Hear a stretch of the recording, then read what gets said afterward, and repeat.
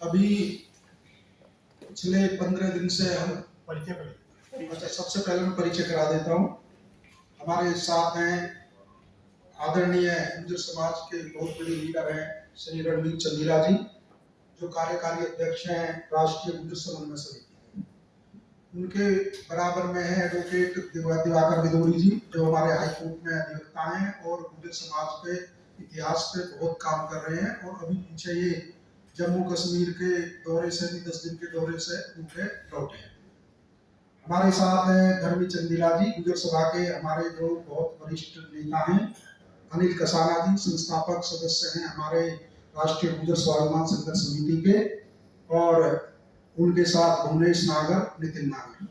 मैं एडवोकेट रविंद्र भाटी, राष्ट्रीय अध्यक्ष युवा गुर्जर स्वाभिमान संघर्ष समिति, राष्ट्रीय उपाध्यक्ष अखिल भारतीय गुर्जर परिषद और राष्ट्रीय महासचिव गुर्जर समन्वय समिति। हम भी अभी पिछले 10 दिन से जम्मू कश्मीर में थे और मैं आपको बता देना चाहता हूं कि वहां पे गुर्जर जो बकरवाल कौम है, जो देशभक्त कौम है, जो जब जब देश को जरूरत पड़ी है सीमाओं पे फौज के साथ, इंडियन आर्मी के साथ उन्होंने बहुत बड़ी लड़ाई लड़ी है। और यदि कश्मीर आज सुरक्षित है तो वहां के गुर्जर बकरवालों की वजह से। चाहे सर्वविनाश ऑपरेशन हो जो 2003 में आतंकवादियों के विरुद्ध चलाया गया था, उसमें काका हल्का विलेज के 65 गुर्जर शहीद हुए थे आतंकवादियों से लड़ते हुए। उसके अलावा जब कारगिल का युद्ध हुआ उसमें भी जो रास्ता बताना और गुर्जर जो वहां के बकरवाल जो बकरियां भेड़ बकरियां चलाते हैं, पहाड़ों पे रहते हैं, उन्होंने सेना के साथ मिलकर लड़ाई लड़ी। चाहे उससे पहले जब जब बाहर से हमले हुए हैं उस समय भी इनका बड़ा योगदान रहा है। गुर्जर बकरवाल समाज को जम्मू कश्मीर के अंदर एसटी में 10% का आरक्षण 1991 में भारतीय गवर्नमेंट द्वारा दिया गया था। लेकिन पिछले कुछ समय से वहां पे कुछ लोग जुबान के आधार पे एसटी में आरक्षण की मांग कर रहे हैं। भारतीय संविधान में कहीं भी जुबान के आधार पर कहीं भी कोई आरक्षण कहीं नहीं मिला हुआ है।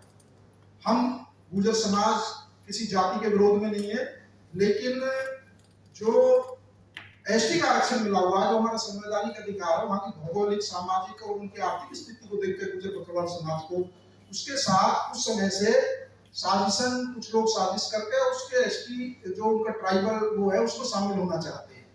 जबकि वो वहां के जिम्मेदार लोग हैं, जमींदार लोग हैं, उनके बड़ी बड़ी जमीनें हैं, उनके बड़े बड़े उद्योग हैं, केवल वो एसटी में शामिल होना चाहते हैं। और ये हमारे गुर्जर बकरवाल समाज को चिंता है। और उन्होंने पिछले 15 दिनों में राजौरी में, पुंछ में, अनंतनाग में, जम्मू में और रियासी में, श्रीनगर में, अलग अलग डिस्ट्रिक्टों में शांतिपूर्वक प्रोटेस्ट किया है और सरकार से मांग की है कि हमारे जो एसटी ट्राइब है, जो हम अनुसूचित जाति में आते हैं, इसके साथ छेड़खानी ना की जाए, क्योंकि और लोगों को आरक्षण पहले से ही मिला हुआ है। पीएसपी में 4% मिला हुआ है, पहाड़ी स्पीकिंग पीपल, 10% ईडब्ल्यूएस का आरक्षण मिला हुआ है, 10% RBA rural backward of area में उनको मिला हुआ है 10%, और 3% उनको ALC actual line of control में उनको 4% का आरक्षण मिला हुआ है। जब आप इतना सारा आरक्षण आप लोग एंजॉय कर रहे हैं, तो जो गुर्जर बकरवाल कौम है जो 6 महीने कश्मीर में रहता है और फिर पलायन कर जम्मू में आ जाता है, ना उनका स्थायी उनके लिए कोई व्यवस्था है, वो अपने भेड़ बकरियों को लेकर, पशुओं को लेकर, गाय भैंसों को लेकर प्लान करते हैं। क्योंकि हम अभी 10 दिन रहे तो हमने रात को 2-2 बजे, 3-3 बजे उनको सड़कों पे, पहाड़ों में चलते हुए देखा।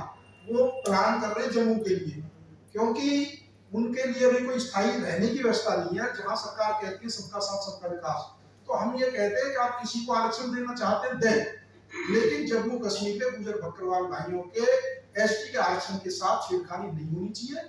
उन्हें जो 10% आरक्षण मिला हुआ है, वो 35 से 40 लाख उनकी पॉपुलेशन है, वो पहले से ही पॉपुलेशन के आधार पे उनके लिए बहुत कम है। लेकिन इवन बढ़ाना, सरकार को 10% से उनका आरक्षण बढ़ाना चाहिए था, क्योंकि 2011 की जो जनगणना हुई थी उसके हिसाब से उनको 10% मिला था।